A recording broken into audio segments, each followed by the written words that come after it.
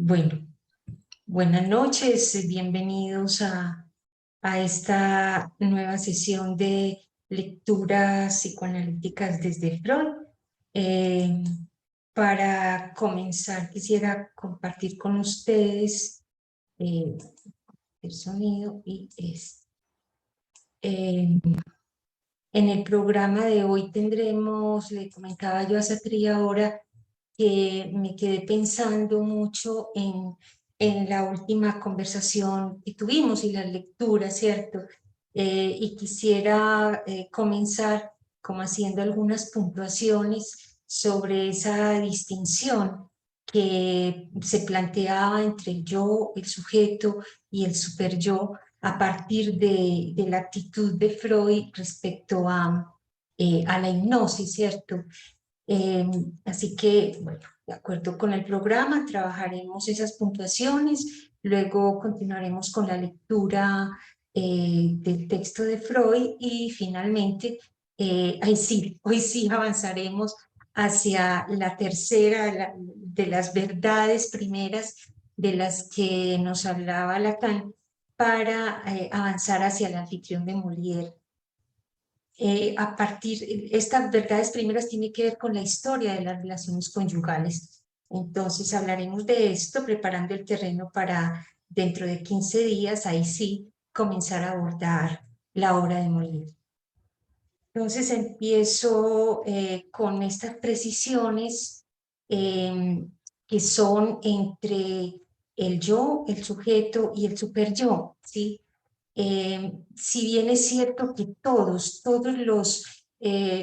Lacan lo subraya y siempre lo tiene en cuenta y dice cualquier aspecto del psicoanálisis debe pasar por los tres registros, real, simbólico e imaginario.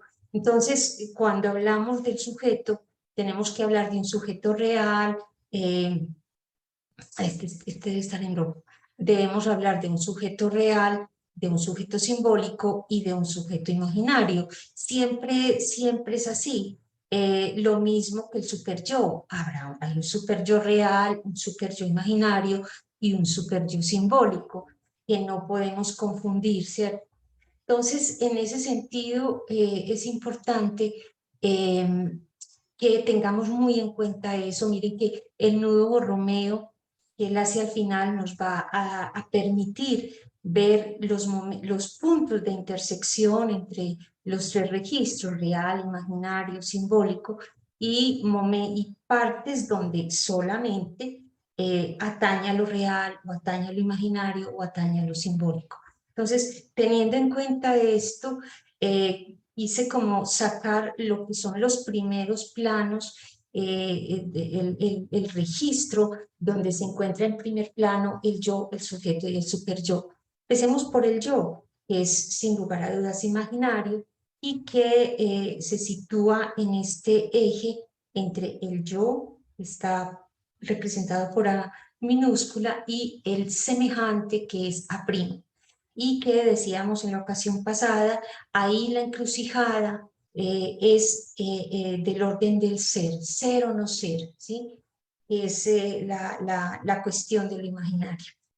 En el orden del sujeto, está en el orden simbólico, tenemos al sujeto y al gran otro, ¿sí? Es con mayúscula, y ahí la encrucijada, la dicotomía es del decir, del creer o del saber.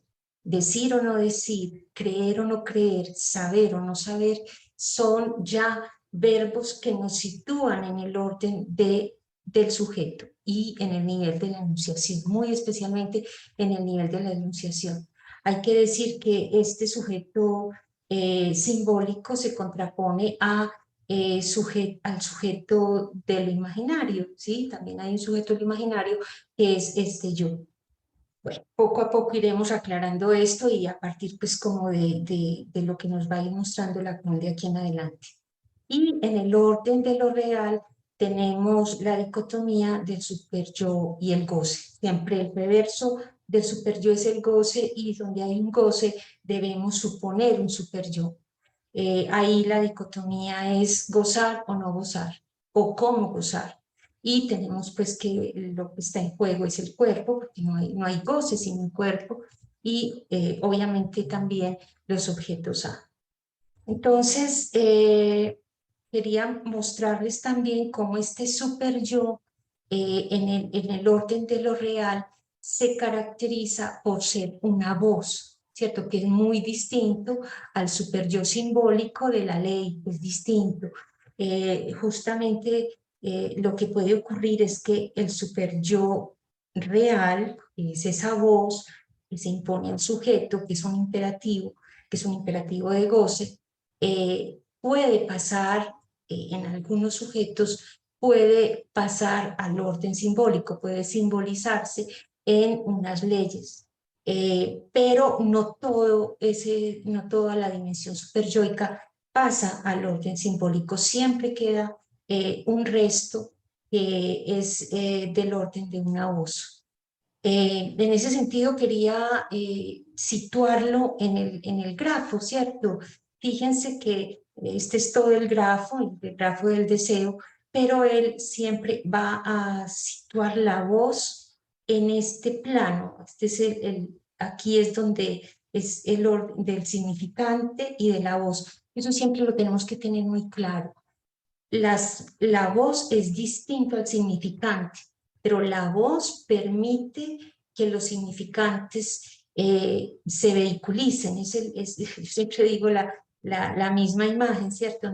Cuando vas en un carro, una cosa es el carro que lleva a los pasajeros y otra cosa son los pasajeros. Entonces, la voz es como el carro y los pasajeros son los significantes, las palabras que la voz puede vehiculizar. Entonces, por eso él lo pone aquí en esta línea que es la del sujeto. Aquí está el sujeto que habla, ¿sí? Y que esta es la voz, este es el registro de la voz. Y es en esta voz donde se puede situar el super yo. Bueno, entonces les quería hablar del super surreal que me acordé después de que terminamos la sesión, ¿cierto? Ya sabemos que también hay simbólico imaginario, pero me acordé de una escena que a mí me impactó mucho de esta obra de Tomás Carrasquilla, un escritor antioqueño que se llama Frutos de mi tierra, y en el primer capítulo hay eh, un personaje que está tomado absolutamente por el super yo, ¿sí? Hay otra novela antioqueña también, en La Casa de las Dos Palmas, hay un personaje que es la mamá del novio de la protagonista, que también está tomada por el super yo. Hay que decir que siempre en la literatura estos personajes superyoicos son objeto de muchas elaboraciones, porque seguramente a los escritores les interroga, ¿cierto? Se sublevan frente a ellos por la arbitrariedad que implican, por la ceguedad, por todo lo que sí, nos subleva de alguna manera, pero te hacen preguntas y bueno, los personifican en estas obras. Entonces, bueno, robándole un poquito aquí de tiempo a la lectura, dije, bueno, llevemos esto, porque cómo se diferencia el super yo de la voz del sujeto y de la voz del yo, ¿cierto? Que son tres muy diferentes. Entonces, el super yo siempre implica no solamente un imperativo, tiene muchas manifestaciones, pero hoy hace una lista bastante larga de las dimensiones del super yo, de cómo se manifiesta. Entonces, se manifiesta, como lo vimos también en el caso de la vez pasada, con refranes, proverbios, muy especialmente con los insultos. Los insultos son expresiones del super yo. Entonces, vamos a ver aquí cómo este personaje nos muestra entonces esa dimensión superyoica y bueno, al final ya ustedes comentarán. Vamos a ver si me funciona, son 4 minuticos. Es una lectura que encontré por internet. Vamos a ver qué control. Es una lectura que encontré por internet. La señora Con las lágrimas en los ojos. Vení acá. Este. Ella está leyendo y 6:50. Aquí está. ¿Lo ven? ¿Ven el YouTube o no? No, Ana, yo veo la presentación. Yo Ok. creo que le toca, Dejar de presentar y volver a empezar. Ok, porque listo. sí se escuchó el sonido cuando usted lo puso, pero no se veía. Ok, entonces, sí, compartir sonido. Y entonces, y compartir eso. Ok. Ahí estamos en la presentación. Listo. Y ahora sí, nada. Yo creo que hay otra, si pone de pronto, porque yo creo que cuando le va a presentar, además que usted pone pues directamente como en la pantalla de la presentación, de pronto puede poner darle a toda su pantalla, Sí, o si tenés tiene razón. abierto en otra pestañita el video, de pronto darle específicamente a esa. Eso. Bueno, yo creo que ahora sí. Ahora sí. Exactamente, en 6:50. Es muy fuerte, es muy dura, pero nos presenta eso, ¿cierto? Y más que sublevarnos es, desde el punto de vista psicoanalítico, preguntarnos qué pasa, ¿cierto? ¿Por qué ocurre esto? Es en el 6:50, la señora está leyendo, hace una lectura en voz alta, incluso ella hace unos comentarios durante la lectura, pero creo que no nos interrumpe lo que es la expresión superyoica de este personaje absolutamente increíble, pero también familiar, ¿sí? Que vocifera, el superyo vocifera, es esto. Del patio salió Agustín Alzate. La radio da, y recordemos un poco, es un homenaje muy sencillo a aquellas radionovelas de los años 40 y 50 Esto es comentario de ella, de la lectora.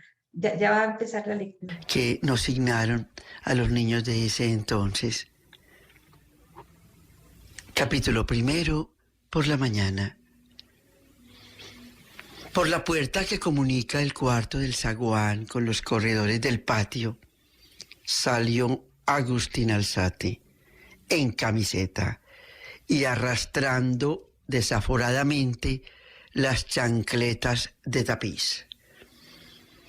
¡Nieves! ¡Nieves!, gritó espeluznado de la pura incomodidad. Allá voy, hermano, contestaron de adentro. Agustín se paseó resoplando y rascándose. Oyóse a poco ruido de alpargatas y apareció en el corredor una mujercita. Este va a ser mi personaje preferido de la obra. Una mujercita clorótica, medio jibada, delgaducha, cabello ralo, cara que no fuera mala a no tener la boca torcida, que parecía vieja y joven a la vez, vestida con traje de percal desteñido, la cual mujercita traía una taza de café. No te he mandado, sinvergüenza, berreó él con los ojos brotados y zapateando en cuanto la vio. No te tengo dicho que no me dejes entrar a las negras a mi cuarto. Hermano, exclamó Nieves muy sorprendida. ¿De dónde saca usted eso? ¿De dónde? Ven y negámelo.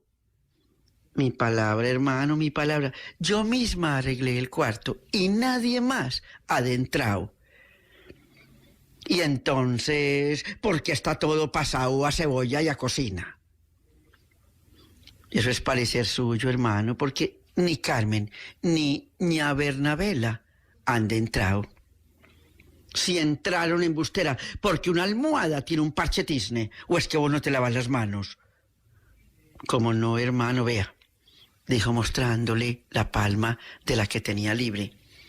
No te las lavas, cochina, replicó él sin dignarse mirar. Y por eso me empuercates toda la cama. Vea, hermano, Ese tiznao será de otra cosa, tal vez eso que se unta en el pelo. Acordémonos de la negrumina. ¿Quién te lo estaba preguntando? Echa pa' acá. Y le arrebató la taza, derramando un poco sobre las rebanadas de pan. Gas, dijo él escupiendo el primer trago, no bien se lo echó. Esto es una porquería, esto está ahumado, toma, llévate eso. Hermano, por Dios, pero si lo hice como lo hago siempre, si yo no le siento humo. Y le recibió la taza y la probó. ¡Desasiada!, gritó él dando terrible zapatazo. No te tengo dicho que no me pruebes mis comidas, sobrado tuyo será lo que me traes todos los días. Ay, Virgen Santa, hermano, repuso Nieves agachando la cabeza. Usted sí que saca cosas, ¿no ha visto pues que yo pruebo todo aparte? Como no lo quiso, por eso probé, y humao no está. Quítate de mi vista, maula. ¿Y qué le parece, hermano, que ahora ya no hay más leche para hacerle más café? ¿Quiere chocolatico, pues? No, no quiero nada. Me voy para un hotel. Pues hasta hambre se pasa en esta maldita casa, ya se ve. Ni cama limpia le ponen a uno. Nieves salió con las lágrimas en los ojos. Vení acá. Anda, lávate esas manos para que me vengas a quitar esas indecencias de la cama. Anoche no pude dormir con la edentina. Y mira, si vuelvo a encontrar esos parches, ya sabes. Y el señor, pisando y resoplando muy recio, volvió a su cuarto. Muy bien. Bueno, hasta ahí. Eso es un testimonio de lo que es el superyo, las voces del superyo, ¿sí? Que pueden estar en voz alta, en la neurosis a veces son interiores, pero están siempre, siempre ahí al acecho, y es uno de los elementos que hay que tratar también en análisis. Bueno, eso era lo que les quería... Ana, pero yo no he sí. entendido cuáles eran las voces superior y pues que no entiendo. Eso, cada insulto hacia Nieves, ¿sí? Sinvergüenza, ¿sí? ¿Qué es más lo que le dice? Maula, cochina, le dice por allá, gas, ¿sí? Todas estas son expresiones que son vociferaciones del superyo. Todos los insultos, o sea, los resoplidos, está incómodo, o sea, no hace sino gritar. ¿Por qué? Porque el reverso de todas esas expresiones son elementos de goce, ¿sí? Si la cama es, mire que la palabra sinvergüenza, ¿cierto? Lo que implica cochina, toda la cama le parece que está sucia, ¿sí? A pesar de que está limpia, simplemente porque hay un tilde que hasta sería de la misma sustancia que se ponía él en el pelo. La narradora nos habla de la... Negrumina, dijo. eso, negruminas que dice. Entonces, que nos acordemos de eso. Entonces, el dedo no hay sujeto ahí. O sea, en este personaje no hay ni el menor asomo de sujeto. Sin embargo, a partir de ahí, nos dice Lacan, es posible tratar de encontrar una pitica para que haya sujeto. Pero en este momento está absolutamente tomado por el superyo. Entonces, es como para eso, para diferenciar de lo que hablábamos en la ocasión pasada. La firmeza del sujeto es muy diferente a la tiranía del superyo, ¿sí? Que sería en este caso. Entonces, cuando decíamos que el analista corta porque se acabó la sesión y hay que cortar, aunque duela, aunque el analizante no esté de acuerdo, eso no es una tiranía, es una decisión, ¿cierto? Es algo del orden de subjetivo, porque está buscando al sujeto. Mientras que aquí no, aquí le corta la palabra a Nieves en todo momento, incluso cuando Nieves le explica un poco lo de la negrumina, lo del tinte en la cabeza, él la corta, pero ¿quién te está preguntando? O sea, no es eso, ¿sí? De eso no se trata, está absolutamente cerrado a cualquier posibilidad subjetiva. Por eso decíamos que en el sujeto de lo que se trata esto es del decir o no decir, del creer o no creer, del saber o no saber, ¿cierto? Un sujeto interrogaría, ¿qué pasa? Que hay una mancha en mi cama, ¿cierto? Vamos a ver qué es. Y Nieves da sus hipótesis y el otro piensa, ve, sí, puede ser, ahí habría sujeto, pero no lo hay de ninguna manera, no quiere saber, no quiere saber absolutamente nada. Se trata de todo a decirlo así, una expresión superyoica, una vociferación superyoica, porque es que eso mi discurso es, ¿cierto? Es una continua vociferación, mientras que el sujeto interroga, ¿sí? Cree o no cree, dice o no dice, sabe o no sabe. Siempre una de las características del sujeto es esta, que es muy importante. Bueno, me descuadra todo, pero es la de interrogar, siempre. Voy a ponerlo más bien aquí. Es muy bello porque Lacan dice siempre al final de la pregunta uno encuentra el sujeto, ¿sí? Entonces, la pregunta siempre será un índice, un indicador del sujeto, ¿sí? Inclusive en los casos de psicosis, cuando hay la posibilidad de una pregunta, ahí hay la posibilidad de coger el hilito subjetivo, ¿cierto? Entonces, bueno, ya cómo se contesta o lo que sea, pero la dimensión del sujeto siempre, la de la pregunta, ¿sí? Eso es muy importante. Mientras que la de lo imaginario, este no se pregunta, este simplemente está obnubilado por las identificaciones, este es el que no ve, este es el sujeto ciego, ¿cierto? Y el super yo, pues ya lo vimos un poco, es de la tiranía. No sé si te queda un poco más claro, Satria. Sí, Ana, ahora sí no me era nada claro cuando lo vi, pero sí. Sí, es muy impresionante. Entonces eso también en la sesión analítica, cuando vienen estas voces, estos insultos, es que es mucho y fue tantas, y bueno, vienen las palabras soeces que llamamos, las malas palabras, ahí podemos ver un punto de goce, un punto superyoico que es necesario tratar y que se trata de manera muy diferente a a las expresiones subjetivas o a las expresiones em, del imaginario. Bueno, Ana, sí, pregunta. Es sí. que hay algo que no me quedó claro. Creo que ahorita estabas diciendo algo respecto a que super yo hay real, simbólico e imaginario, Ujú, pero aquí ujú, solamente lo estás poniendo desde el plano de lo real y según lo sí. que decías ahorita, yo entendía que desde el plano de lo real son los nombres que marcan las formas de goce sobre el cuerpo, pero sobre lo simbólico y lo imaginario no me queda claro cómo se manifestaría el super yo. Dame un ejemplo de esas formas que marcarían el cuerpo. Pues lo remito a lo que ahorita decía este video de YouTube que nos Ujú, mostraste acerca ujú, de los insultos.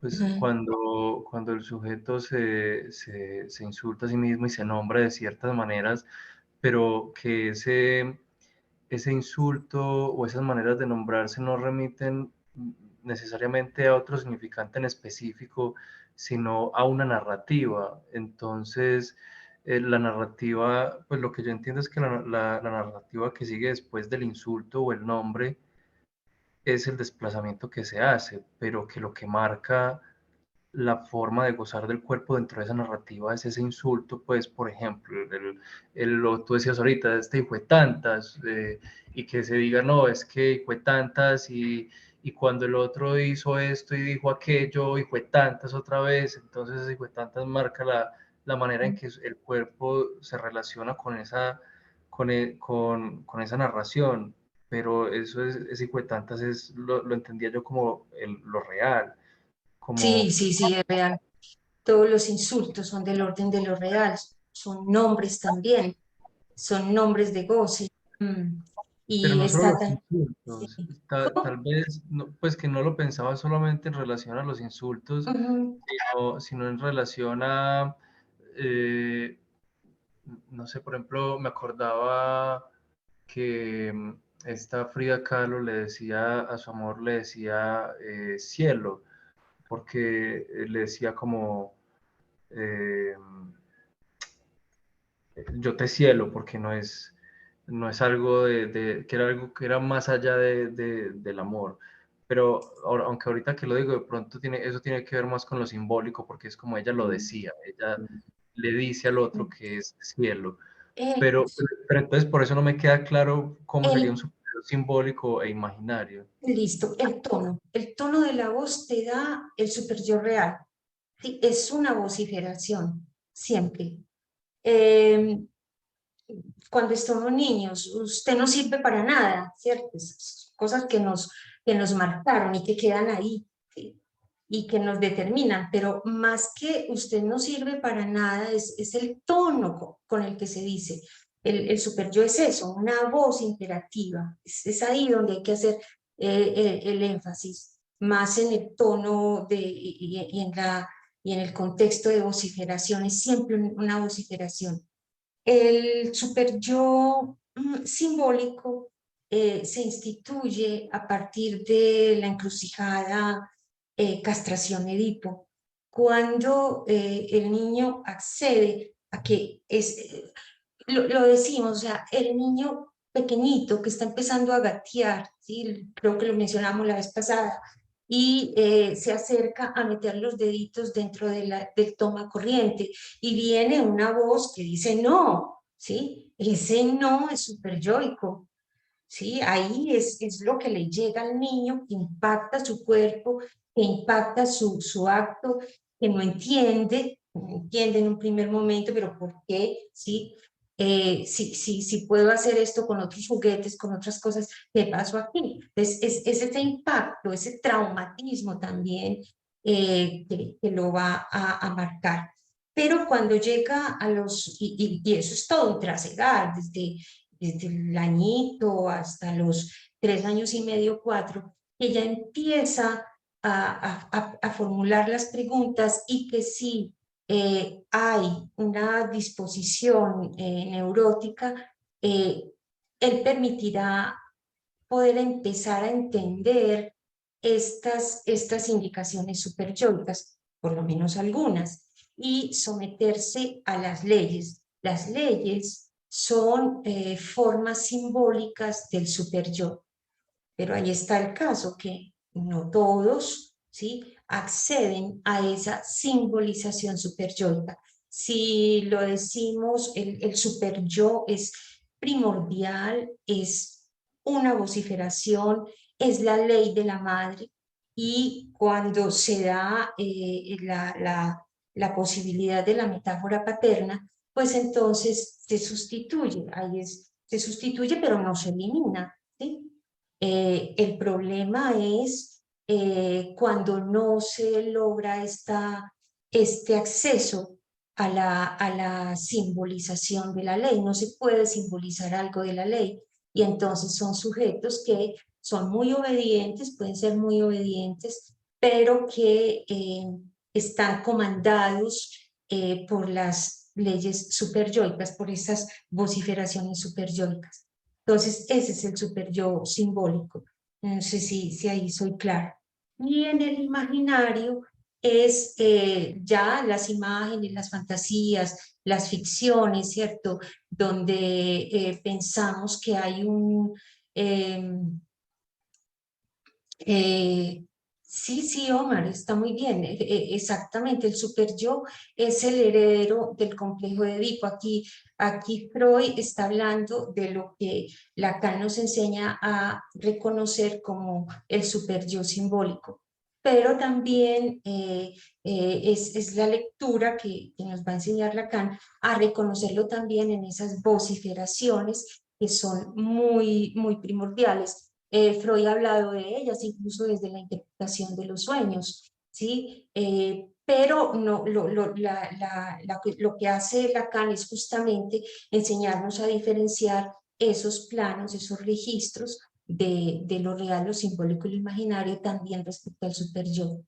Y ese superyo, te decía, entonces el superyo, gracias Omar, ese superyo imaginario es aquel de las películas, ¿cierto? Donde eh, el, está el ogro, ¿cierto? O la persona absolutamente mala, ¿cierto? Que representa esas dimensiones. Hay una expresión de Lacan que es desde muy temprano, que dice que el superyo es una imagen feroz, ¿sí?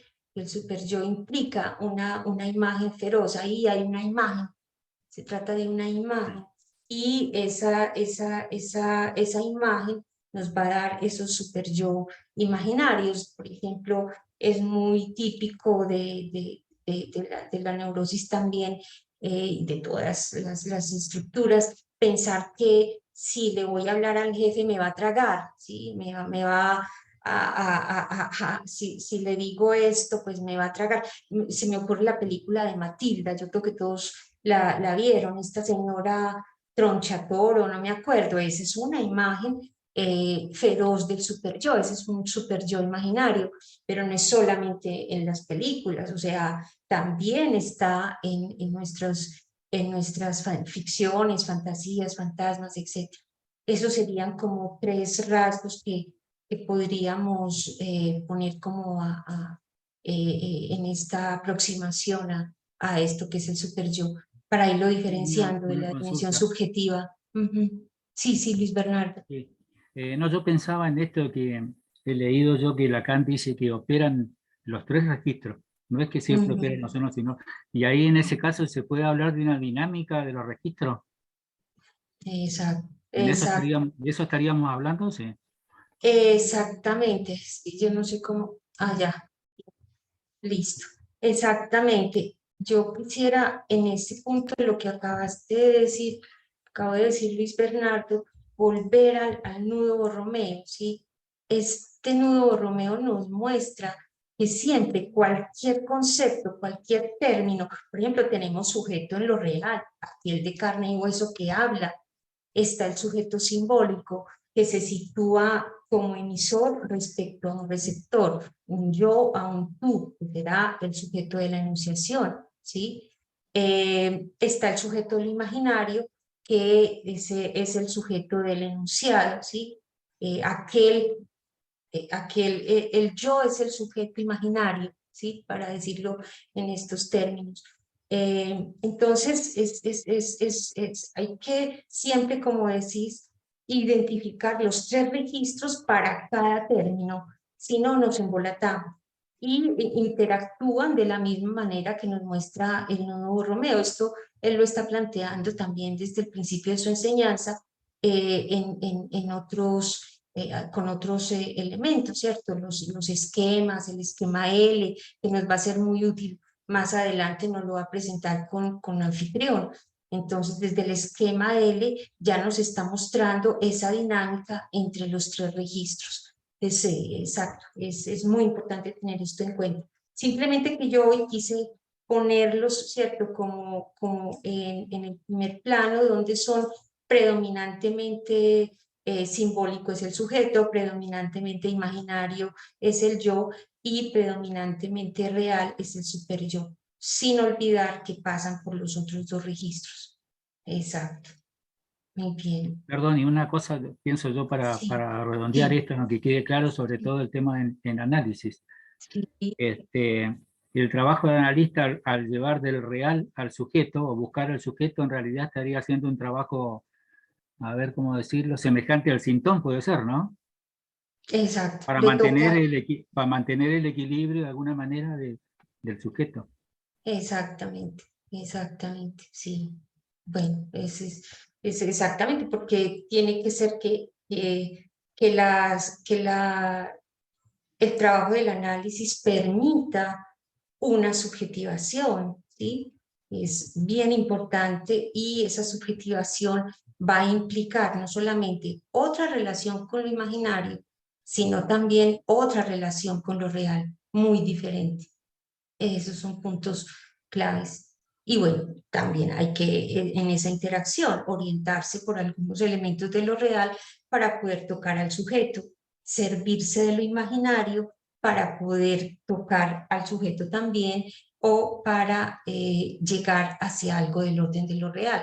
Entonces, todo va a depender, eso me parece muy bien, todo va a depender de aquello del material que nos traiga el analizante. Uno no sabe si va a llegar con una inhibición, es dar la entrada al imaginario, o nos va a traer una dimensión, un fenómeno corporal, que es ya la entrada en lo real, que es la entrada por lo real, o si nos va a traer algo del orden de un sufrimiento neurótico, que sería entrar por la dimensión simbólica. No sabemos qué nos trae, pero sí identificar en qué registro está y cómo entra en relación con los otros registros va a ser todo el trabajo del análisis. Exacto. Bueno, entonces avancemos a ver qué nos trae hoy Freud en por lo menos un párrafo, Satría, porque sí quisiera que hoy termináramos lo de Lacan, entonces avancemos en el solo párrafo, solamente de la lectura de un párrafo. Sí, claro que sí.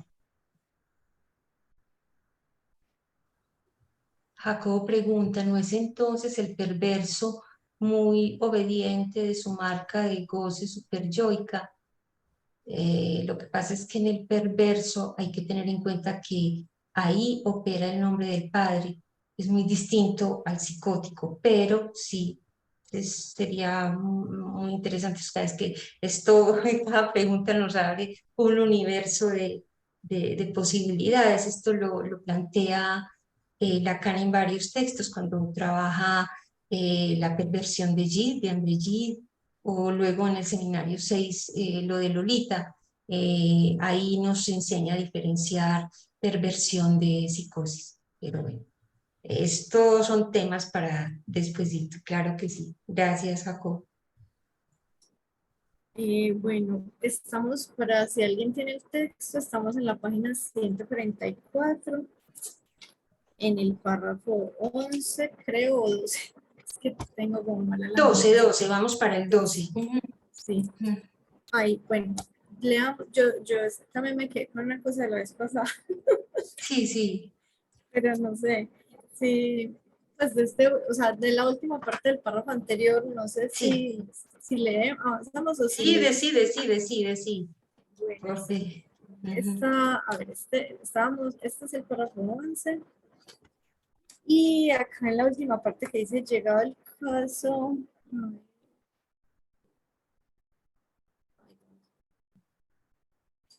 En el penúltimo renglón, llegado el caso. sí.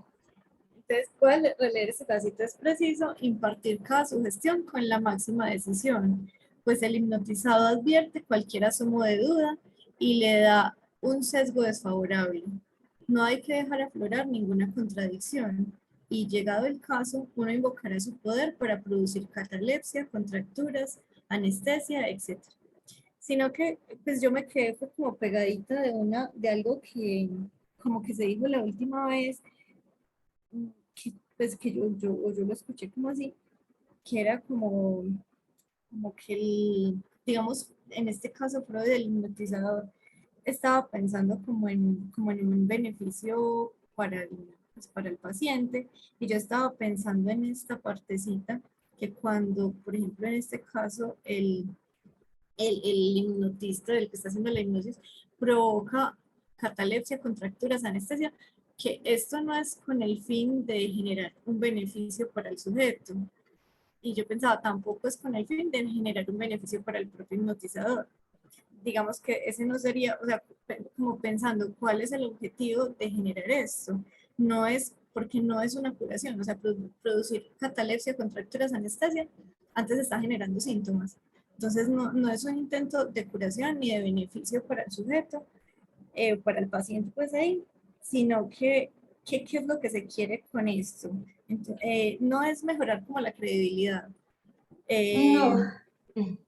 Pues digamos que el paciente o sí, que el hipnotizado, y bueno, tal vez si hay algún espectador, como él nos había dicho, que tal vez invitaba a otro paciente, pero digamos en el caso del mismo, como incrementar la confianza en el procedimiento, pues mostrándole como una cosa que es, o sea, como que es tan efectiva que hasta puede producirle un síntoma que él no tiene. Entonces, como, digamos, o sea, como, ¿cómo se diría? Cuando, como demostrando, haciendo una demostración, pero esa demostración no es para producir un beneficio, sino como para mejorar la credibilidad. Y yo diría, pues yo lo pensé como así en ese momento, como tal vez afianzar el sujeto supuesto saber y abrir el camino de posibilidad a que las sugestiones tengan efecto. Y bueno, yo estaba, yo escribí esto, pero luego se me Sí, fue la decide, idea. sí. O sea, como, ahora bien, eso no va dirigido a un yo, porque es a la credibilidad del paciente. Entonces sería al sujeto que cree o no cree, aunque esté bajo hipnosis. Qué belleza, exacto. Eso es. Exactamente. Ahí vas captando el camino del sujeto. Eso es muy bello. Y es esto, o sea, él no lo hace, él invoca simplemente su poder, lo recuerda, pero no produce ni la catalepsia, ni la contractura, ni la No, anestesia, no, yo creo que sí. no, porque él invocará, uno invocará su poder, es decir, se lo recuerda, no es que se lo produzca. Invocar es recordar, sí. Es un hecho del lenguaje. Yo no lo había Es cuestión de entendido así, palabra, no de acción. Invocará sino su como poder. Ese su es una figología, el su del paciente, no el del Uno invocará su hipnotizador. poder. O el poder del hipnotizador, ¿cierto? No hay que dejar aflorar ninguna contradicción, ¿sí? Es así, o sea, es preciso impartir cada sugestión con la máxima decisión, ¿sí? Con la máxima firmeza. Firmeza no es tiranía, ¿cierto? Pues si el hipnotizador advierte cualquier asomo de duda y le da un sesgo favorable, si este está dudando, entonces, si está dudando es que esto no va a funcionar, ¿sí? Y entonces por eso dice, no hay que dejar aflorar ninguna contradicción, ¿cierto? Es así, usted va a poder subir las escaleras, se le va a quitar el dolor de cabeza, ya no tendrá tos al amanecer, ¿sí? Con esta, usted será capaz de subir al séptimo piso sin que le dé vértigo, suba las escalas, ¿cierto? Todas son decisiones, recordando pues ese párrafo, todas son decisiones en que la voz no vocifera, sino que no duda, es firme, ¿sí? Y ahí no puede aflorar ni contradicción ni duda. Y en caso de que haya alguna duda, se puede decir, recordarle, ¿sí? Que como hipnotizador él ha podido producir catalepsias, contracturas o anestesias. Inclusive yo también he dudado ahí, Martín, si este su poder es también la dimensión del sujeto.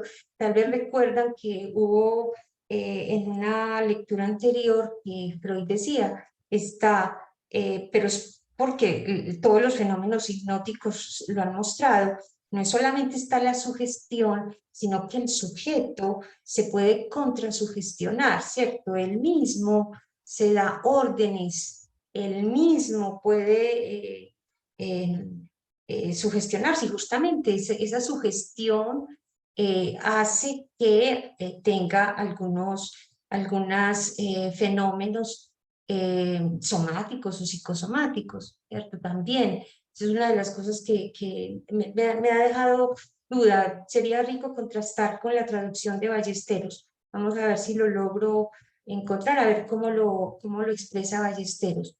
Pero se trata de decir, invocar, es decir, no lo realiza. Él no dice, y llegado el caso, entonces uno producirá catalepsia, contractura y anestesia como para demostrarle que vea, yo sí puedo. No, no, Porque no. yo me lo imaginaba así como una No. demostración. No, Pero no, no. sí es Eso no invocar a su poder. como invocar a su recomienda. poder. El invocar Ese estaría es- al servicio. El invocar exacto. estaría al servicio de la sugestión. Exactamente, uno podría decir, bueno, así como se puede producir la catalepsia, es decir, el estado de dormir o una anestesia por hipnosis, también es fijo que cuando usted se despierte ya no va a tener más dolor de cabeza. Es fijo que cuando mañana en la mañana usted se despierte, no va a sentir tos. Es eso, como compararlo, ¿cierto? En caso de que se manifieste alguna duda de parte del sujeto. Pero lograste captar, Satria, esto que me parece importante, y es que este invocar tiene el mismo objetivo que vos decías, de afianzar la credibilidad del sujeto, ¿sí? En ese poder de la palabra. Y aunque esté parece. hipnotizado, porque ya ahí está Exacto. hipnotizado y aún así él pues sabe que es importante su creencia o no. Y que ahí, pues aunque esté dormido, hay un Sí, sujeto que cree o no cree. exactamente. Exactamente. Curioso. Pues, por eso me parecen tan bellos. O sea, yo estaba asombrada de todo esto que estoy encontrando, de esa finura de Freud para definir y marcar distancia. O sea, desde el principio, desde el primer texto que leímos de la hipnosis, no se le pierde, eh, no se le pierde que en el sujeto siempre hay algo que se contrapone a la hipnosis. ¿Sí? Eso, y a la sugestión. Muy bien, bueno, leamos entonces este párrafo. Sí. Léelo, Satria, por favor. Sí. Sí, sí. Bueno, en cuanto a la duración de la hipnosis, se la adecuará a la necesidad práctica. Una permanencia más prolongada en la hipnosis, aún de varias horas, no es, por cierto, desfavorable para el éxito. El despertar acontece mediante la proferencia, está bien por ahora, y similares. En la primera hipnosis no se omitirá asegurar que el paciente despertará sin dolor de cabeza, alegre y sintiéndose bien. A pesar de ello, puede observarse que muchas personas, incluso luego de una hipnosis liviana, despiertan con presión intracraneana y fatiga cuando la duración de la hipnosis fue muy breve. Por así decir, les faltó sueño. Nos relee, porfa. En cuanto a la duración de una hipnosis, se la adecuará a la necesidad práctica. Una permanencia más prolongada en la hipnosis, aún de varias horas, no es, por cierto, desfavorable para el éxito. Eso. No sé, no tengo comentarios. O sea, sí dura, ¿cierto? ¿Cuánto dura? ¿Cuánto debe permanecer? O sea, yo hago la sugestión, ¿cierto? Se marca la sugestión, pero ¿y cuánto debe durar el paciente hipnotizado? ¿Cierto? Y varias horas, muy impresionante. Aún de varias horas, no es, por cierto, desfavorable para el éxito. Mire Uno qué que hace belleza. durante varias horas con un hipnosis. Sí, porque la sugestión terapéutica no va a durar tanto rato, ¿sí? No va a durar tanto rato, pero el estado de adormecimiento sí puede ser más prolongado que la sugestión terapéutica. Entonces él dice, bueno, ¿cuánto? Una permanencia más prolongada en la hipnosis, aún de varias horas, no es, por cierto, desfavorable para el éxito. Entonces esto me llama la atención. Y mira cómo sigue, léelo. El despertar acontece mediante la proferencia, está bien por ahora, es similar. Me suena ¿cómo le terminan? Exactamente, como termina una sesión de análisis, dejemos hoy por aquí, ¿cierto? Hasta aquí hoy está bien por hoy. Es eso, es que por eso es tan bonito cuando Lacan decía, aún en la manera como Freud dirigía la hipnosis, que era un gesto con la mano, mira, aquí está diciéndole, está bien por ahora, es como si lo despertara, bueno, despiértese ya, ¿sí? Es eso. Sí, seguí. Y es que es eso, cuando uno se mete en un análisis, es que se mete en otra zona. Ujú. Sí, Sí, de sí. también sale de ella. Ujú. En la primera hipnosis no se omitirá asegurar que el paciente despertará sin dolor de cabeza, alegre y sintiéndose bien.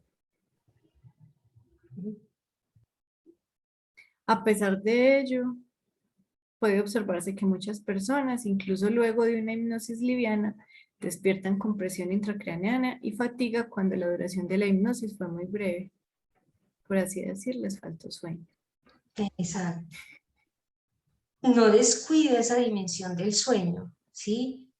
Ya con el trabajo con el sujeto se hizo, pero está esta dimensión de la parte del paciente que necesita dormir. La hipnosis es un estado semejante al dormir. Entonces, es que es la dimensión del yo, lo que estamos viendo del yo. Es como Exactamente. interesante porque uno no, pues no se imagina, o sea, yo no, pues como que uno no se imagina ya mucho eso y yo no había pensado que pudiera durar hasta horas. Sí, es Pues porque genial. uno se imagina la sugestión como algo muy breve, o yo me lo imagino como unas pocas frases o Exacto, algo que sí. pudiera durar unos cuantos minutos si acaso, pero hasta horas. Ajá, eso, la sugestión terapéutica es de minutos, pero la sugestión del estado hipnótico no, porque es darle al yo ese tiempo que necesita de descansar. Por eso cuando se despiertan en la primera hipnosis, no se omitirá asegurar que el paciente despertará sin dolor de cabeza, alegre y sintiéndose bien, porque cuando la duración es muy breve, ¿cierto? Y les falta sueño, pues se van a levantar así, con dolor de cabeza, malhumorados, como cuando uno le falta sueño, o sea, Y típico. yo me pregunto, pues, ¿por qué está la inducción? O sea, las sugestiones para inducir la hipnosis, que eso, pues, por lo que leíamos, pues puede tardar un rato. Después está ya en hipnosis y entonces uno, bueno, depende, ¿cierto? Porque él también nos dijo ahora que se le puede, si estaba muy dormido se le puede preguntar. Y entonces, bueno, ¿será que hay un momento en el que también se deja pues como que se quede durmiendo, pues como en silencio, o todo el tiempo se le va a estar hablando o preguntando? No sé si él nos va a hablar más detalles de eso. Sí, porque después de este texto va a venir un ejemplo. Nos va a dar ejemplos y bueno, en los historiales sobre la histeria también hay otros y bueno, tal vez con más detalle entraremos en más detalles. Ana, yo creo que Ok, podemos irnos sí, deteniendo a menos de que haya algún comentario sobre esto sí, para que alcancemos. listo, sí.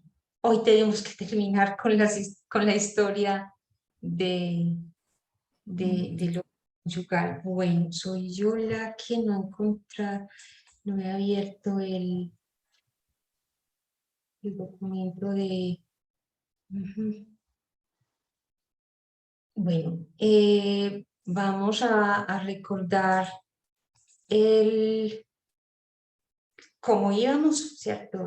Recordemos que estamos tratando, acá nos está mostrando unas verdades primeras que que es necesario tener en cuenta para asumir, para leer el anfitrión de Molière, ¿cierto? Donde nos va a diferenciar muy bien estas dimensiones del yo y del sujeto. Entonces, aquí voy esto. Seminario 2, permítanme, yo lo abro acá. Y nos decía que, recuerden la dimensión simbólica, ¿cierto? Él la quería trabajar en en, eh, a partir de lo que ocurre en la pareja, ¿cierto? De identificar, así como en la relación con el padre se puede identificar el padre imaginario y el padre simbólico como aquel en el que se cumple, hay una relación de pacto, entre el padre y el hijo, ¿sí? Que es distinto al padre imaginario, idealizado, y muy diferente al padre real, que el pobre hombre pues que tiene todas las fallas del mundo. También situar esas tres registros en la pareja, que es lo que va a permitir que podamos entender lo del sujeto y el yo en el anfitrión, porque justamente se va a tratar ahí de relaciones conyugales. Entonces voy a retomar el PowerPoint antes de eso. Bueno, y nos había dicho que entonces se trataba de ver cómo entraban en conflicto la dimensión del pacto en la pareja y las vicisitudes imaginarias de rivalidad, etc. Y nos había dicho que para entender lo del pacto era necesario comprender lo que eran los fundamentos de las estructuras elementales del parentesco, según lo que vimos según lo planteado pues por Levi-Strauss en ese libro, ¿cierto? Y hablamos entonces de cómo el problema fundamental era el hecho de que la mujer no, la dimensión del pacto era más allá, independiente de la voluntad de cada uno de los componentes de la pareja, ¿cierto? Había uno que siempre estaba en la posición de objeto en la pareja y todo el mundo se revela, ¿sí? Se resiste a ocupar esa posición, que más que de objeto es la posición del significante, porque recuerdan ustedes que él decía, lo que originariamente es objeto de intercambio es la palabra. Yo quisiera hacer énfasis en eso. O sea, lo que es objeto de intercambio fundamental, primordial, esencial en la condición humana es la palabra. Y situarnos como, y es tan valiosa, o sea, la palabra es absolutamente valiosa en nuestra vida, ¿cierto? Tanto que uno siempre todo lo plantea en esos términos. Si me enojo, entonces le dejo de hablar. Me habló o no me habló, toda la importancia.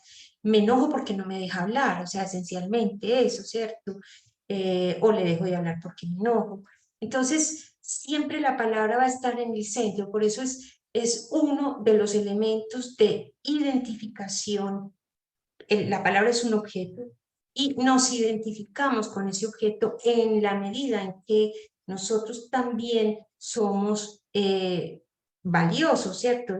Es que la palabra casi que somos nosotros mismos, ¿cierto? Si mi palabra no cuenta para el otro, entonces yo no cuento, yo me callo. Entonces, en ese sentido, es que él nos dice que hay algo del orden que no cuadra. El pacto está en ese vínculo de intercambio y la palabra se intercambia, se sustituye, perdón, por uno de los integrantes de la pareja, en general la mujer, porque los intercambios son entre los linajes, tal vez recuerdan eso. Y nos va a decir que esos intercambios tienen que ver con la historia del matrimonio, ¿sí? Historias no cronológicas, ¿sí? Sino lógicas, estructurales, podemos decir nosotros, que simplemente repaso la historia del matrimonio que lo vimos en el anterior y era cómo se dio ese paso del intercambio simbólico, ¿cierto? Recuerdan, por ejemplo, entre los indígenas, como lo muestra Levi-Strauss, o entre los reyes, ¿cierto? Los contratos matrimoniales entre los reyes, o sea, se arreglaban, era un acuerdo entre dos reinos, y usted fulanito se casa y usted peranita se casa con sultanito, y no tiene derecho a decir nada, enamorada o no, el amor es lo de menos, ¿sí? Es la cuestión de que hay que casarse. Y eso pues lo sabemos pues por la historia occidental, pero no es solo aquí, en la India también. Inclusive hace poco escuché de alguien que estaba en la India que conoció una de las chicas que está comprometida con alguien y todavía no conoce al novio y no tiene derecho a decir nada. O sea, esto de los intercambios es fundamental. Entonces nos mostraba Lacan que en esa historia pasamos del intercambio simbólico, ¿cierto? En el que la mujer no podía decir nada, ella era el objeto de esos intercambios, a lo que es en la modernidad el contrato consentido, ¿cierto? Recuerdan el matrimonio como alianza de carácter simbólico, el intercambio de las mujeres entre linajes, es decir, intercambio simbólico entre aquellos que tenían un nombre y que eso era sellado por determinadas ceremonias, como ocurría con los nobles patricios en Roma, ¿cierto? Ellos sí podían casarse. Mientras que el concubinato era un contrato en quienes no tenían linaje, no tenían nombre, no tenían una descendencia, ¿cierto? No había ese pacto, ese linaje. Y ese concubinato es un contrato de consentimiento mutuo a fin de mantener independientes los estatutos sociales de los miembros de la pareja y muy especialmente los de sus bienes. Entonces, este concubinato muy pronto empieza a tener cabida también entre los nobles patricios, ¿sí? Era algo ya que iba como en el orden de la mutua decisión, no del intercambio simbólico. Y luego dice que viene el matrimonio por amor, que también es de consentimiento mutuo.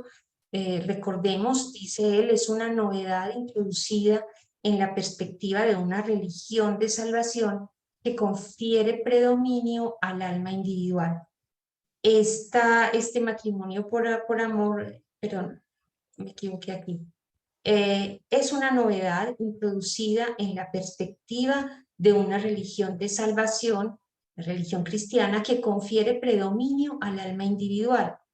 Esa novedad recubre y enmascara la estructura inicial, el carácter primitivamente sagrado del matrimonio. Y recuerda ya que digamos como, bueno, a ver, un ejemplo, ¿cierto? Es como que se come, cómo es posible. Y les digo que estuve de pura chepa, me encontré, porque me gusta mucho a veces escuchar los audios de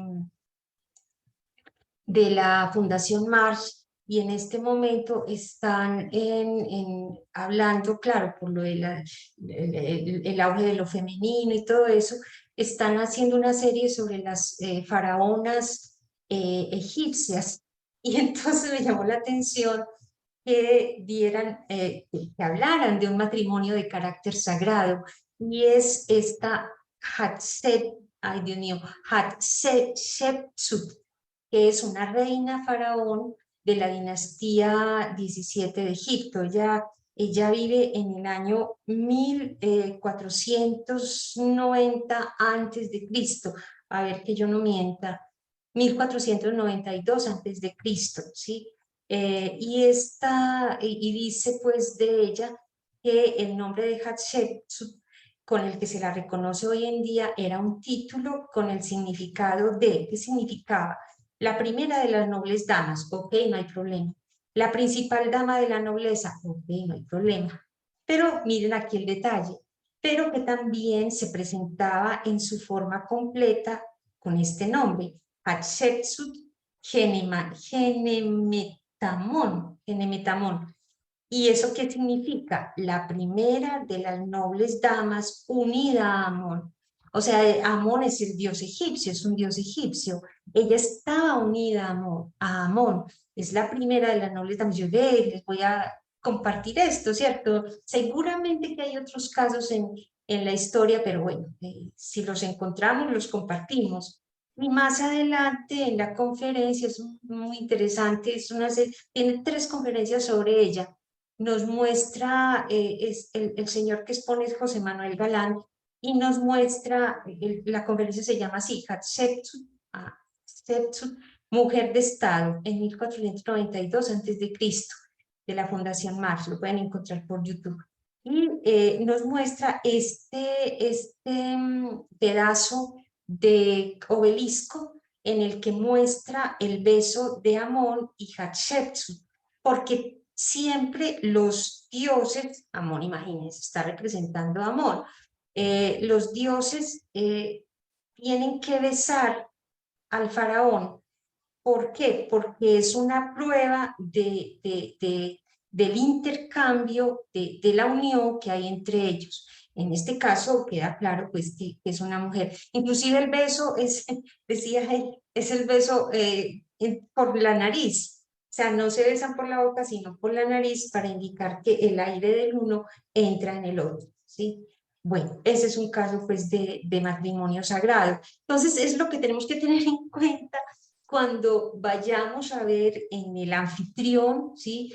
Que Almena va a estar casada con Zeus, se va a casar con Zeus. Es en esa dinámica, en esa línea que Lacan va a hablar de cómo el matrimonio por amor, por consentimiento, va a implicar que va a poner velo sobre ese carácter primitivamente sagrado del matrimonio. Entonces, tratemos como de rescatarlo como una verdad primera, independientemente de que nos guste, no nos guste, de que ya haya pasado, ¿sí?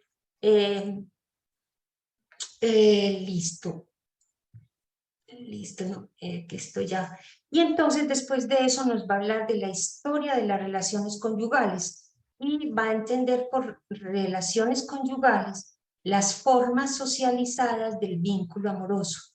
Y nos dicen que son estas tres, nos dice que son estas tres en la página 196.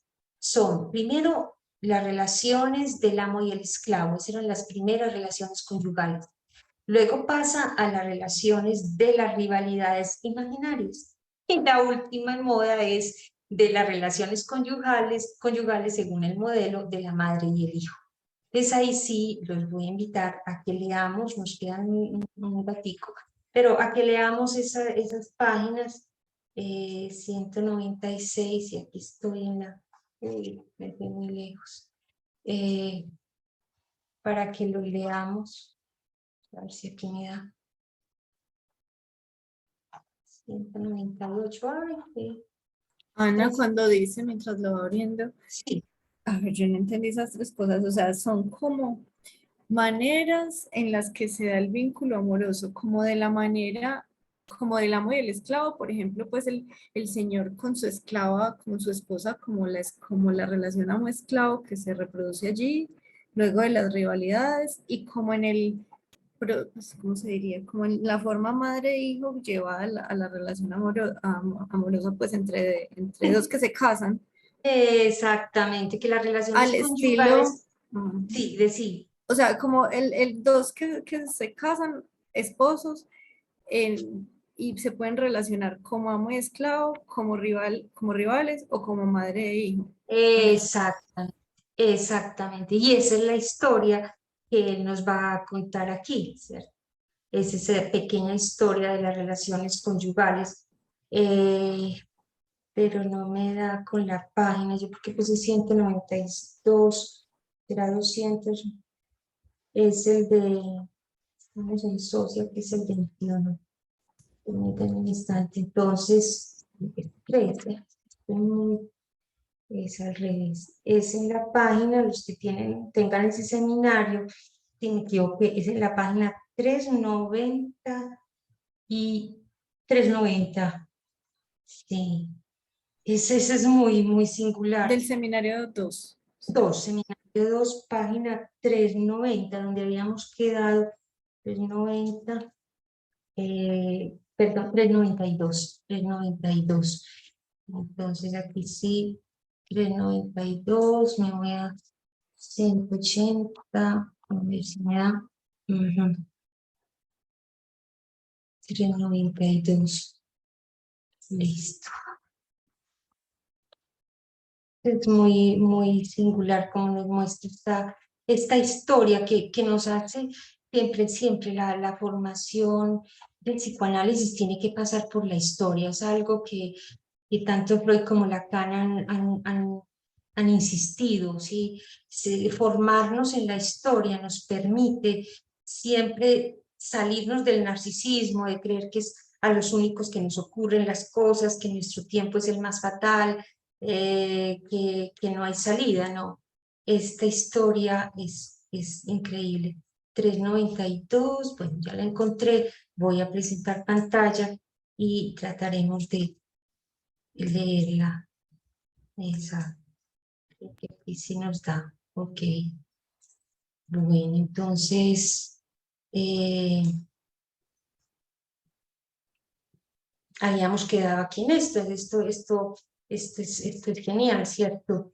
En todos los hombres prudonianos es aquí el hombre universal, que al mismo tiempo es el hombre más concreto y el hombre más trascendente, callejón sin salida al que es arrastrada la mujer por su función particular en el orden simbólico, ya lo vimos del intercambio. Para ella hay algo insuperable, digamos inaceptable, en el hecho de ser colocada en posición de objeto en un orden simbólico, al que por otra parte está sometida enteramente al igual que el hombre. Eso es bellísimo y dice, precisamente porque está en una relación de segundo grado con respecto al orden simbólico, el Dios se encarna en el hombre o el hombre en el Dios, salvo conflicto, y por supuesto siempre hay conflicto. Esto lo vamos a ver muy clarito con Anfitrión y Zeus.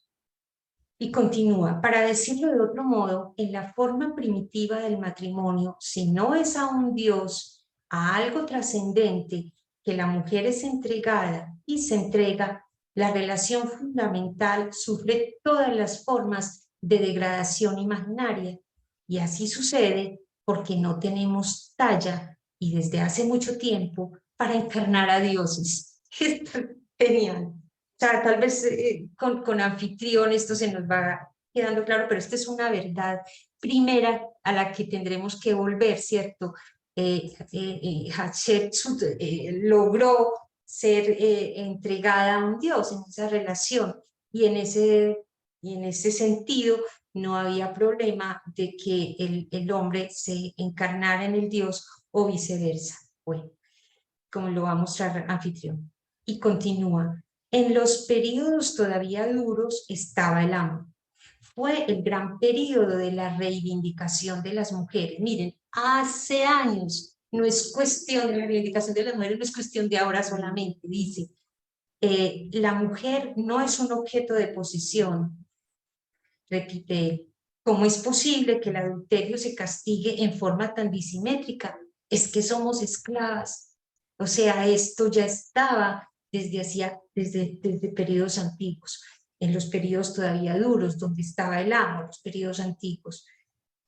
Que la historia no lo diga no quiere decir que no se haya dado, ¿sí? Estas historias que están ahora saliendo a la luz nos muestran esa rebeldía de las mujeres, ¿cierto? En los periodos, bueno, ya, y dice, tras algunos progresos, llegamos al estadio del rival, relación del modo imaginario. Ya hay, no hay que creer que nuestra sociedad, a través de la emancipación de las mujeres, lo tenga como privilegio. La rivalidad más directa entre hombres y mujeres es eterna, fíjense, y se estableció en su estilo con las relaciones conyugales. Se estableció, o sea, siempre está, solamente que con las relaciones conyugales se establece en su estilo, ¿sí? Esa forma social de las relaciones amorosas. Y dice, en verdad, solo unos pocos psicoanalistas alemanes imaginaron que la lucha sexual es una característica de nuestra época o ilusión. Cuando hayan leído a Tito Livio, sabrán del ruido que hizo en Roma un formidable proceso por envenenamiento del que salió a la luz que en todas las familias patricias era corriente que las mujeres envenenaran a sus maridos, que caían a montones. La rebelión femenina no es cosa que date de ayer. A mí eso me encanta, me asombra y me saca como del asunto, o sea, ya es otra perspectiva. Y continúa, del amo al esclavo y el rival no hay más que un paso dialéctico. Las relaciones de amo a esclavo son esencialmente reversibles, ¿cierto? El que fue amo puede ser esclavo y el que es esclavo puede devenir amo, es reversible. Y muy pronto ve el amo establecerse su dependencia respecto del esclavo. Ahí es que se revierte. En nuestros días hemos alcanzado un matiz novedoso gracias a la introducción de las nociones psicoanalíticas. El marido ha pasado a ser el hijo y desde hace algún tiempo se les enseña a las mujeres a tratarlo bien. Pues esto es los postfreudianos, obviamente. Tal es la concepción que algunos se forman sobre la intervención propia del psicoanálisis en lo que se llama relaciones humanas y que, difundida por los medios masivos de comunicación, enseña a unos y otras cómo comportarse para que haya paz en casa, que la mujer representa el rol de madre y el hombre el de su hijo. Bueno, listo. Yo creo que hasta ahí, eso era lo que les quería comentar de estas relaciones conyugales. Esto era lo que tenía pues como para aclarar, porque sobre esa base entonces vamos a pensar, vamos a ver si leemos, nos da tiempito. Sí, terminemos esto tenemos 7 minuticos, listo. Para que veamos cómo lo articula con Anfitrión. Dice, dicho esto, el sentido profundo del mito de Anfitrión, tan polivalente, tan enigmático, que puede dar lugar a 1000 interpretaciones, es este. Para que la situación sea sostenible, es preciso que la posición sea triangular. Para que la pareja se mantenga en el plano humano, es preciso que haya ahí un Dios. El amor, ese famoso amor genital al que hacemos objeto de burlas y fiestas, los postfreudianos, se dirige al hombre universal, al hombre encubierto, del cual todo ideal es tan solo sustituto idolátrico. Relean lo que sobre esto escribe Balin. Verán que cuando los autores son algo rigurosos, experimentados, llegan a la conclusión de que ese famoso amor no es nada. El amor genital revela ser absolutamente inasimilable a una unidad que sería el fruto de la maduración de los instintos. Tal vez recuerdan algunos que para los postfreudianos había esa situación, ¿cierto? Que por los estadios del objeto, las fases del desarrollo libidinal, entonces implicaba que cuando el análisis se acababa, cuando se había trabajado, se había pasado por todas las fases oral, sádico-anal y fálica, hasta la genital, que era la de la relación amorosa, y que ahí se acababa el análisis, bueno, era la realización del amor. Esas son todas lecturas postfreudianas, ¿cierto? Pero llega Balin a decir que no se trata. Y continúa Lacan. En efecto, pues uno de los freudianos que podía decir algo más distinto, ¿cierto? El amor genital, dice Balin, revela ser absolutamente inasimilable a una unidad que sería el fruto de la maduración de los instintos. En otras palabras, no hay relación sexual, para decirlo en otros términos. En efecto, en la medida en que se concibe este amor genital como dual, en que toda noción del tercero, de la palabra, del Dios, está ausente, se lo fabrica en 2 pedazos. Esto es indispensable, por eso son las verdades primeras con las que vamos a abordar Anfitrión, ¿cierto? En efecto, en la medida en que se concibe este amor genital como dual, en que toda noción del tercero, el tercero es la palabra, ¿sí? El tercero es el Dios, en la medida en que está ausente, se fabrica en 2 pedazos. Por eso aquí esto es muy importante, porque lo que se va a poner en juego también es la dimensión de la infidelidad. Y la infidelidad, fíjense dónde está, en el tercero. ¿Y por qué ese tercero entra, incomoda, pone problema? Es objeto de todas las consultas en análisis, de la mayoría. Es por eso, porque ese tercero, más que un ser de carne y hueso, ¿sí? Es la palabra, es, en ese sentido, es del Dios. Noción del tercero, de la palabra, del Dios. Si está ausente, yo no podemos concebir que en una relación de pareja esto falte. Y dice, primero, el acto genital, que como todos saben no dura mucho tiempo, es bueno pero no dura, y no establece absolutamente nada. ¿Sí? Eso no es lo que va a garantizar la duración de la relación de la pareja. Segundo, la ternura, cuyos orígenes se reconocen, segundo, la ternura, cuyos orígenes se reconocen, son pregenitales. Tal es la conclusión a la que arriban las mentes más honestas cuando para establecer la norma de las relaciones humanas se atienen a la relación dual. Se llama la ternura, puede ser, o la oposición entre la sexualidad y la ternura. Y aquí dice él, les he recordado algunas verdades primeras. Ahora veremos lo que pasa en Plauto y en Molière. Y bueno, eso será el objeto de la próxima. No sé si hay algún comentario, alguna pregunta. Hola, buenas noches. Mi nombre es Diana, es la primera clase que asisto. Muchas gracias por lo que estoy tratando de comprender, porque veo que ya han estado avanzando. Quisiera igual involucrarme un poquito más al resto de las clases. Voy a encender el video para poderla ver. Quisiera involucrarme un poquito más al resto de las clases, porque me parece bastante interesante cómo están retomando desde Freud también ciertas lecturas, y a veces uno se desengancha un poco de lo anterior, ¿no? Mi pregunta va, después de lo que le acabo de comentar, es esta parte de la palabra y de Dios y de este triángulo que lo acaba de decir, que está la pareja, ¿verdad? Y en esa mitad está Dios, que lo que creo comprender que es la palabra. Exacto. Y que usted también lo mencionaba anteriormente, que la palabra es lo más preciado de uno.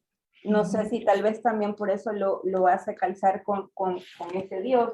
¿Qué pasa ahí cuando esto se rompe? Que es lo que Lacan está diciendo, que cuando esto no anda, y fallece, se llega a romper, hay dos mitades. Más adelante, no veo bien, que usted decía que era algo importante, casi al finalizar, se hacían dos pedazos. ¿Qué significa eso? Sí, es ya el término de... No, quiero comprender esa parte, sí. Listo, muy bien. Diana, bienvenida entonces a las lecturas. ¿Desde dónde nos hablan? Yo les hablo desde Ecuador, Guayaquil. De Ecuador, bien, bienvenida. Bueno, sí, es que él está haciendo una crítica de alguna manera a la concepción post-freudiana de las relaciones conyugales, de las relaciones de pareja. Entonces, todos estos post-freudianos se quedaban en el orden de que una relación de pareja era dual, era entre dos, ¿sí? Y nunca tuvieron en cuenta la dimensión del pacto, es decir, la dimensión de la palabra. En una pareja siempre hay, y es lo que nos está planteando como para entrar en anfitrión, que en una pareja siempre hay un conflicto entre el pacto que se realiza en la pareja, un pacto que es simbólico porque el uno se compromete con el otro, ¿sí? Vamos a convivir juntos, yo te acompañaré hasta el final de la vida, o bueno, hasta donde nos dure el amor. En todo caso, ahí hay un pacto, ¿sí? Y él va a decir que es ese pacto, ese pacto de palabra el que va a sostener una relación de pareja. Independientemente incluso de si se trata de una pareja homosexual o heterosexual, no, es la cuestión del pacto. Y que ese pacto entra en conflicto con las relaciones imaginarias, es decir, con estas relaciones de amor, odio, ¿cierto?, de rivalidades, que se da en la pareja.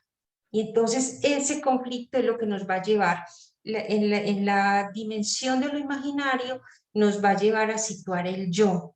Y en la dimensión del pacto nos va a ayudar a situar el sujeto. Y lo va a hacer a partir de esta comedia de anfitrión que vamos a trabajar en la próxima. Pero lo que está diciendo estos dos es lo que está criticando, ¿cierto? Los posfreudianos no tienen en cuenta la dimensión de la palabra, no tienen en cuenta la dimensión del acto. Y para este momento Lacan está hablando en la IPA, ¿cierto? Sus seminarios son en la IPA, todos son freudianos, está en su retorno a Freud, está tratando de mostrarnos que ese retorno a Freud es tener en cuenta la dimensión de la palabra, que ellos no la tienen en cuenta. Entonces, el análisis que hacen de las relaciones matrimoniales es muy simple, ¿cierto? O sea, entre dos se trata de la sexualidad o se trata de la ternura, pero no tienen en cuenta y que ahí se logra pues el amor genital, toda la dimensión pues idealizada que dan los posfreudianos. Cuando se encuentra el objeto genital, y entonces las relaciones sexuales funcionan, etc. Solamente Balin se atreve a decir que hay una cosa que no cuadra en el amor, y entonces por eso Lacan dice, Balin sí, Balin es riguroso, que es inteligente, se da cuenta que hay algo que no funciona, y ya nos muestra por qué, y es porque cuando entran en conflicto, porque no tienen en cuenta, Balin como que sospechara que hay un tercer elemento, pero no lo logra nombrar, y Lacan sí lo nombra, y dice, es la cuestión de la palabra, es la dimensión del pacto, cuando entra en conflicto con lo imaginario, que la cuestión se desbarata. Y eso es lo que vamos a intentar hablar en las próximas. Bueno, y quedan pues como cordialmente invitados para dentro de 15 días, donde ya empezaremos a trabajar anfitrión. Cada 15 se dan estas reuniones. Cada 15 días los jueves, el segundo y el cuarto jueves de mes. Ya no nos faltan sino las de noviembre y ahí salimos a vacaciones. Tenemos... Y de ahí retoman, disculpe la pregunta, ¿de ahí retoman hacia Claro. otros textos o hay un... Sí. Vamos trabajando los textos. La base de estas lecturas son los primeros textos de Freud, que están en el tomo 1, ya habíamos leído algunos y estamos en hipnosis, pero estamos viendo esta hipnosis de manera retroactiva. Nuestra lectura es retroactiva desde Freud mismo y desde Lacan. Y cruzamos esto, aquí, esto es, ¿qué dice Lacan? Porque empezamos a leer la hipnosis de Freud, ¿cierto? Y después nos preguntamos, bueno, pero ¿y qué dice Lacan de la hipnosis? Y ahí fue cuando nos encontramos que habla de la hipnosis en sus seminarios desde el 1 hasta el 24, ¿sí? Entonces, bueno, ¿qué está diciendo retroactivamente? Entonces aquí estamos en las citas del seminario 2. Y en esas citas del seminario 2 nos va a hablar de la hipnosis a partir de dos textos. El cuento de Edgar Allan Poe, el señor Valdemar, el caso del señor Valdemar, que ya lo comentamos en una ocasión anterior, y este anfitrión. Entonces, por eso vemos que hay esa relación, por eso llamamos el ciclo, la hipnosis y el psicoanálisis. Y ya lo que nos estamos dando cuenta es que la hipnosis y el psicoanálisis son de plena actualidad, son fundamentales, porque nos ayudan a diferenciar el yo y el sujeto, que va a ser el ABC, yo diría es el ABC para poder entender ya más adelante todo lo que plantea Lacan a nivel del sujeto, del yo, inclusive del parletre al final. Yo puedo entender el parletre al final si tengo claro estas nociones de sujeto y de yo. Eso es. Ahí vamos, esto es de largo aliento. Muchas gracias, muchas gracias. Que estén muy bien. Gracias. Muchas gracias. Hasta Bienvenida, la Diana. Nos vemos. Muchas gracias a todos. Sí, Gracias, igualmente. bueno, Hasta luego. chaito, hasta la próxima. Hasta luego, muchas gracias. Hasta luego.